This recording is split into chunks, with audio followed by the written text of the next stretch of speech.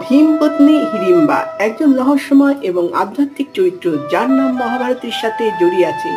তবে প্রশ্ন হচ্ছে, হিড়িম্বা আজও বেঁচে আছেন? এই প্রশ্নের উত্তর ঐতিহাসিক নয়, বরং লোকবিশ্বাস, পুরাণ এবং আধ্যাত্মিকতা দিয়ে ঘেরা। হিড়িম্বা ছিলেন এক রাক্ষসী, যিনি মহাভারতের কাহিনীতে পাণ্ডবদের বনবাসের সময় ভীমের প্রেমে পড়ে যান।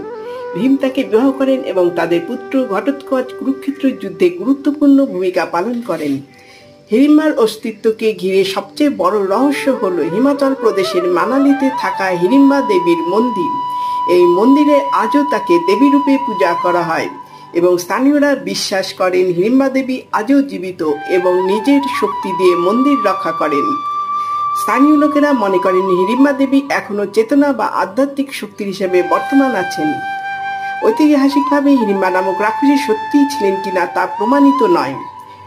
নমস্কার।